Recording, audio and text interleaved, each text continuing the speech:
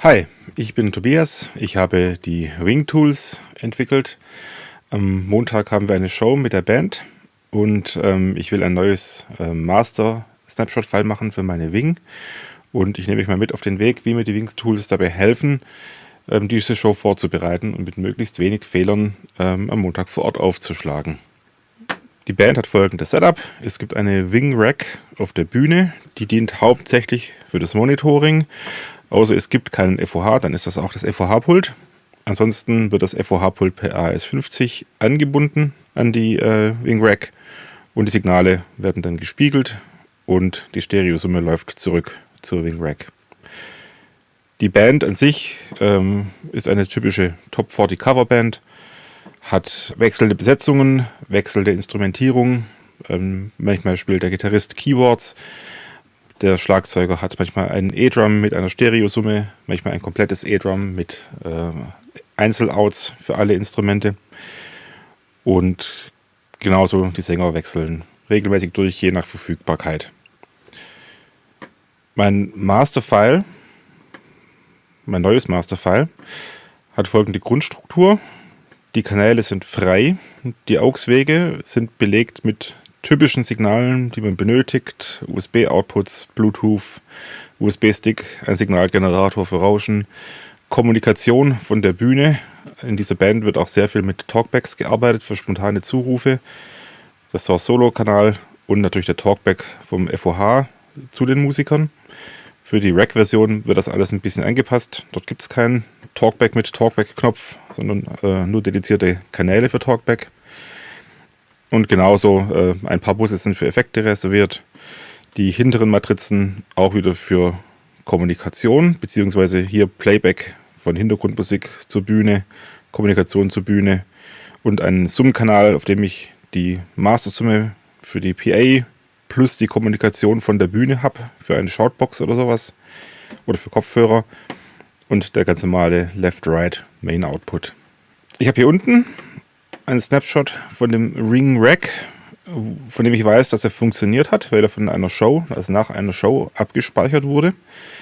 Allerdings ist dieses Setup auch ein bisschen gewachsen und enthält noch Kanäle, die gar nicht mehr genutzt werden oder auch Sources, die gar nicht mehr genutzt werden, was halt so passiert in einem Jahr auf Tour. Hier oben ist das neue File, das sich orientiert an dem Draw.io-Diagramm, das ich gerade gezeigt habe. Und wie man schon sieht, sind auch viele Kanäle stumm geschaltet. Zum Beispiel hier sind 3 Tom-Kanäle, die werden nur benutzt bei einem akustischen Schlagzeug. Die E-Drum-Toms kommen als Stereosumme hier hinten. Wir haben einen Klick und auch sonst dieses Layout hat sehr viel Platz zwischen den einzelnen Kanälen, um eben den wechselnden Anforderungen gerecht zu werden. Die Gitarrist wechselt einfach, je nachdem wer Gitarre spielt, mit welchem Setup zwischen diesen beiden Kanälen. Keyboards genauso. Und die Sänger sind auch alle vorbereitet, aber wechseln je nach Abend. Genau, hier noch Kommunikationskanal, DJ, was man sonst noch so braucht. Ich zeige euch als allererstes nun nochmal, wie die Signale vom Monitorpult zum FOH und wieder zurückfließen. Dazu können wir schon das erste Tool hier benutzen. Hier kann ich verschiedene Mischpulte anlegen. Hier das FOH-Pult mit dem Snapshot vom FOH und hier das Monitorpult mit dem Snapshot vom Monitorpult. Anschließend sage ich noch, dass der FOH an AES50 Port A angeschlossen ist, an den Port C des Monitorpults und kann mir dann dieses Diagramm generieren lassen. Das sieht nun recht unübersichtlich noch aus, weil es eben noch nicht aufgeräumt ist. Aber genau dafür gibt es die Tools jetzt ja. Hier unten ist das Monitorpult. Und ich habe hier die Local Inputs. Dort werden wirklich die Instrumente eingesteckt. Und ich kann nun sehen, wohin auf dem Monitorpult dieser Kanal geroutet wird. Zum einen mal auf einen Kanal und zum anderen eben als direkte Route auf den AS50C-Ausgang. Und der AS50C-Ausgang, das sieht man jetzt gerade nicht, das ist diese grüne Linie, landet am Schluss hier oben beim FOH-Mischpult. Hier muss ich mal die Local Inputs noch einklappen. Jetzt sieht man, dass die Verbindung hier weitergeht zu dem AS50A Input. Kommt hier als Kick an. Also der Name hat sich auch noch geändert, was allerdings live nicht passieren wird, weil dort die Customizations inzwischen auch empfangen werden vom Monitorpult. Und so kann ich jetzt hier per Klick verifizieren, dass die Eingänge von meinem Monitorpult am Schluss auch auf dem richtigen Kanal an meinem FOH-Pult ankommen. Hier handelt es sich um einen Stereo-Kanal, also hier Stereo 5.6 wird auf einen Kanal geroutet. Im Direct-Output landet es auch auf 5.6 und hier wird es auch wieder auf einen Kanal geroutet, aber hier sieht man schon einen Fehler. Das FOH-Pult kennt noch nicht den Kanal eDrum Toms, der als Stereo-Kanal ist. Das ist also eine Sache, die müsste ich gleich korrigieren. Nun, meine zweite Frage. Ich habe jetzt meinen bekannten guten Snapshot hier unten von dem letzten Konzert, das wir gespielt haben. Und oben habe ich meine vorbereitete Session für Montag. Jetzt muss ich schauen, was hat sich denn eigentlich geändert? Habe ich das getan, was ich tun wollte, oder habe ich vielleicht noch etwas übersehen? Dazu kann ich hier das Routing Diff Tool auswählen. Und ich habe hier das ist der Snapshot, der bekannte gute Snapshot. Und ich habe hier meinen neuen Monitorpult Snapshot. Ich klicke auf Compare. Es kommt Konfetti. Das habe ich wohl zum ersten Mal gemacht heute. Und nun bekomme ich eine Diff-Ansicht, in der ich entweder Kanal für Kanal durchgehen kann. Ich sehe hier auch zum Beispiel, dass sich die Quellen geändert haben. Der alte Snapshot war noch auf AS50A. Wahrscheinlich war eine Stagebox eingeschlossen an dem Abend von dem Monitorpult. Und nun nutze ich Local 1. Und ich sehe auch zum Beispiel die Busänderungen. Das ist jetzt für einen schnellen Überblick noch nicht so hilfreich. Deswegen gibt es auch eine Matrix-Ansicht. Und hier kann ich mir nun zum Beispiel die Channel-Matrix angucken. Dann sehe ich, welche Kanäle in der Zeile gehen auf welche Busse, die Spalten. Und es ist hier zum Beispiel auch, dass die Kanäle umbenannt wurden. Im alten Snapshot hieß der Kanal noch Kick, jetzt heißt der Bassdrum. Ich sehe, dass beim im Drum alles ausgeschaltet wurde. Der Drummer tut nämlich inzwischen seinen Mix einfach direkt vom eDrum wegnehmen und braucht nichts mehr vom Monitorpult. Wobei zum Beispiel die Gitarre eigentlich da sein müsste. Da haben wir schon einen Fehler. Jetzt können wir ja mal gucken. Wenn wir hier drauf gehen, auf die Gitarre. Welche war das? Ne, das Problem ist ein anderes. Das Problem ist, dass es nicht mehr Kanal 8 ist, sondern ein späterer Kanal. Das heißt, hier sind jetzt viele Lücken entstanden im neuen Snapshot. Wenn wir weiter runterscrollen, sehen wir hier. Der Schlagzeuger hat noch Bass, die beiden Gitarren, je nachdem wer spielt, die beiden Keyboards, je nachdem wer spielt, und alle Vocals auf seinem Mix. Oszillator natürlich nicht. Das hier muss ich nochmal verifizieren. Die Talkbacks sollten eigentlich bei dem Schlagzeuger auch aufschlagen. Jetzt schauen wir mal rein auf Kanal 39. Genau, ich sehe, das habe ich jetzt noch vergessen im neuen Show-File. In dem alten Show-File sollte das alles noch da sein. Hier sieht man, da sind die Sends noch da. In meinem neuen Show-File sind die Sends nicht da. Und schon habe ich einen Fehler gefunden, der mir vielleicht am Montag ein paar graue Haare kurz beschert hätte. Genau, und auch vom FOH, wenn es das Pult dann mal wieder gibt, sollten natürlich alle Kanäle bedient sein. Ich sehe auch noch hier, dass der Kanal noch gar nicht benannt ist. So, schon ein kleines Problem behoben. Dann ist spannend, dass die Talkbacks noch auf den Mainbus geroutet sind. Das sollte auch nicht so sein. Die müssen wir hier noch ausschalten, sonst haben wir auch eine böse Überraschung. Und dass hier die Playback-Kanäle, also sollten wir jetzt einen Bluetooth-Stick eingesteckt haben am Monitorpult, will ich die hier auf dem Kanal Stick to FOH haben. Das ist einfach eine Summe von allem, was an Playback hier auflaufen kann. So, Communication from FOH. Jetzt habe ich einen doppelten Fehler gemacht, denn dieser Kanal 40 sollte eigentlich gar nicht mehr belegt sein. Das kann ich gleich wieder rückgängig machen. Denn der neue Talkback kommt hier hinten an, auf dem Kanal AUX 6.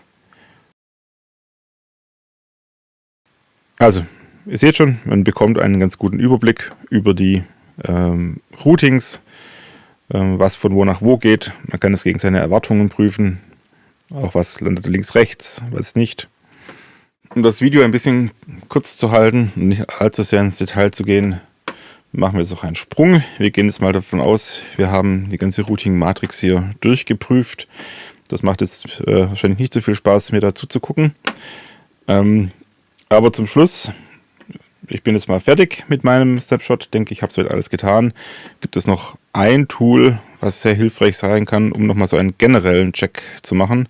Und das ist der Snapshot Linter. Den gibt es für registrierte Nutzer gerade auch kostenlos, weil das alles noch in der Beta ist. Dort wähle ich meinen Snapshot aus, lade ihn hoch. Ich kann nun noch sagen, ob ich irgendeine Besonderheit speziell geprüft haben möchte. Die Regelsets sind aber im Hintergrund immer dieselben, nur die Klassifizierung in Fehler oder Warnung ist ein bisschen unterschiedlich. Ich nehme hier mal den Default. Was hat er nun gefunden? Natürlich kann der Linter nicht alles wissen. Er gibt euch aber ein paar Warnungen aus und was er denkt, was eben kritisch ist oder auch nicht. Zum Beispiel hat er entdeckt, es gibt einen Talkback-Kanal A08, der ist aber keinem Output zugewiesen. Das ist bei dem Pult nun richtig, weil wir nutzen an diesem Pult die Talkback-Funktionalität nicht. Das wird nur am FOH genutzt. Deswegen, diese Warnung kann ich jetzt einfach mal ignorieren. Dann gibt es nochmal eine Warnung, eigentlich zu gleichen. Es ist nur eine andere Regel zugeschlagen, nämlich es gibt einen Kanal, der heißt Talkback, aber es gibt keinen Input, der zugewiesen ist. Und auch, er wird nirgendwo hingeroutet. Dann haben wir einen Bus, den Delay-Bus für den Effekt. Der ist benannt, aber hat keine Channel Sense. Das ist auch in Ordnung so, denn das nutze ich natürlich nur für einzelne Effekte. Und scheinbar mein Hall für die Drums, der hat noch keine Channel Sense. Das können wir mal kurz nachgucken. Gehen wir mal auf den Ambience Drum. Ja, da ist alles noch aus. Da kann ich ja schon mal die paar Kanäle aktivieren und ein bisschen hochziehen, auf denen ich denke, dass ich das auch verwenden werde. So. Und so kann ich jetzt die ganzen Fehlermeldungen, die hier zurückkommen, mir durchlesen, kann mir überlegen, ist das jetzt wahr, trifft das auf meine Situation zu oder kann ich diesen Fehler ignorieren? In Zukunft wird natürlich auch noch hier irgendwie eine Option da sein, dass man sich selber die Regeln ein bisschen umdefinieren kann oder ignorieren kann, um es besser für sich anzupassen. Momentan noch muss man einfach durchlesen und kann sich dann kurz überlegen, stimmt das, was da steht, oder stimmt das nicht? Ich habe das hier schon ein paar Mal gemacht, deswegen sind es hier wenig Fehlermeldungen. Wir können mal zum Spaß noch eine etwas ältere Version nehmen oder wir können auch mal die Version nehmen, die ja funktioniert hat. Mal schauen, was da rauskommt. Ja, zumindest mal keine kritische Warnung. Das ist spannend. Wir haben hier also einen Monitorkanal, Wedge-Sellern, der wurde an dem Tag wohl nicht benutzt.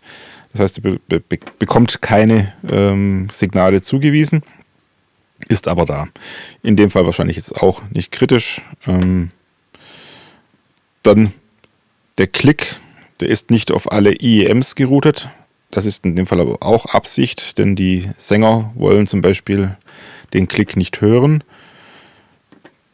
Dann haben wir hier einen Kanal mit 40 dB Gain. Das sollte man vielleicht auch mal gucken, bevor man etwas einsteckt, ob das wirklich so beabsichtigt ist.